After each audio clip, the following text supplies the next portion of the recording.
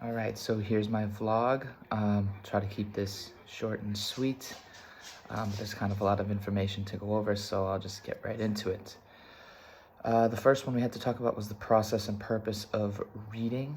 So basically this goes into like research and knowledge expansion, going into like gathering information, analyzing topics. It can also analyze and look at gaps in knowledge, and it can also help learn new ideas.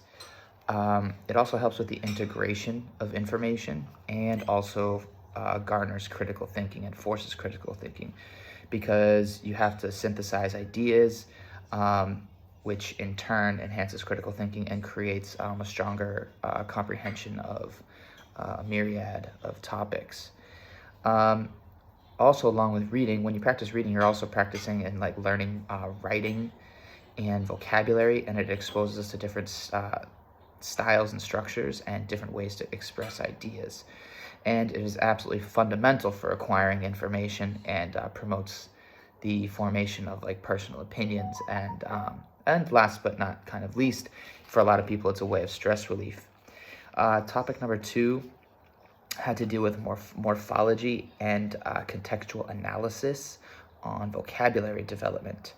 So morphology is the study of the structure of words, roots, prefixes, suffixes, and that includes morphemes. So understanding this helps students break down more difficult vocabulary and topics, and it breaks it down into more manageable parts.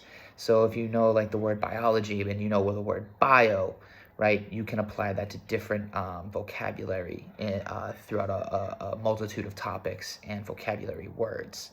And you know that they'll all be related by the prefix bio. It also helps to decode words, meaning, spelling, pronunciation, and word formation.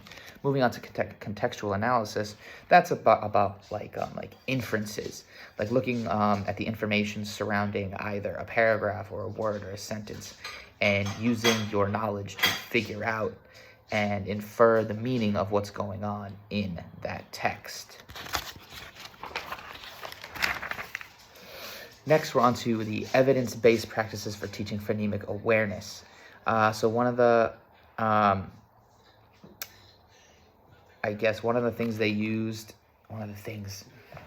strategies and teaching strategies they used was from Ariel Appalachia, which gave a way for students at the start by giving students prior knowledge, and then slowly breaking down a sentence into different segments. And you can do this with words as well, but then the students can see the different capabilities of different words, and they can look at phonemes, which are pointed out, followed by morphemes as well. And this allows for the students to piece together kind of the puzzle of either the paragraph, the text, the story, etc.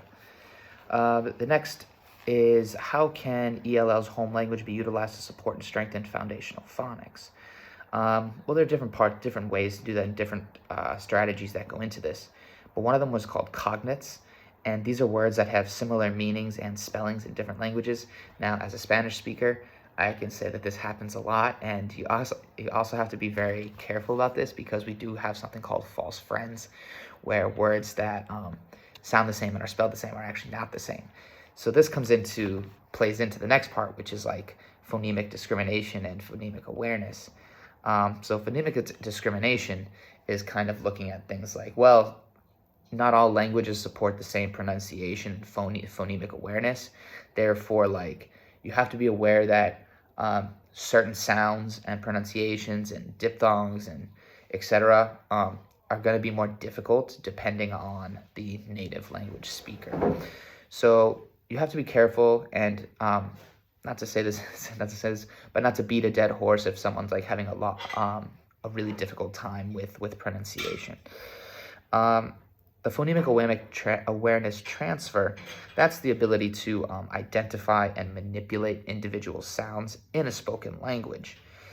So ELLs can transfer prior knowledge that they already have from one language to the next, to learn about, to perfect their pronunciation. Excuse me. moving towards the end, we're looking at things that are necessary for effective comprehension. Such certain things like textual features and structures, so understanding the features of a text, like subheadings and paragraphs and conclusions and introductions. It's absolutely necessary to understand those different parts of a text in order to fully understand what a text is trying to say or talk about.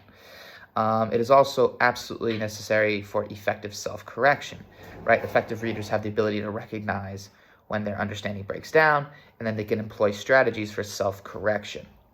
Then moving on, we have metacognitive strategies. So really skilled readers use these strategies like self-monitoring and self-questioning to assess comprehension. So you're not just reading a text just to read it, but you're reading and you're thinking to yourself, does this have any underlying tones? What do I know about this topic? Is what they're saying about this topic, what else can I take from it? And that moves kind of into our higher order thinking. And this comprehension goes beyond just simply decoding words.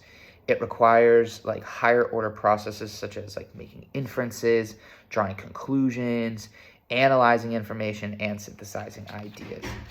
And moving towards the end, so how can EPBs be utilized to improve comprehension in ELLs, including reading with dyslexia? Well, this is something that we've been doing all unit with our planning.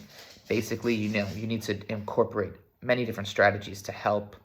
So you're talking about like explicit instruction, vocabulary instruction, graphic organizers, scaffolding that starts off with a lot of scaffolding and you eventually increase how much you take away.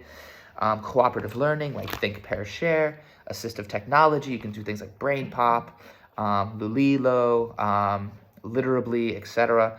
Also multi-sensory approaches, so making sure things are not just written, but also that you can that they're up there visually.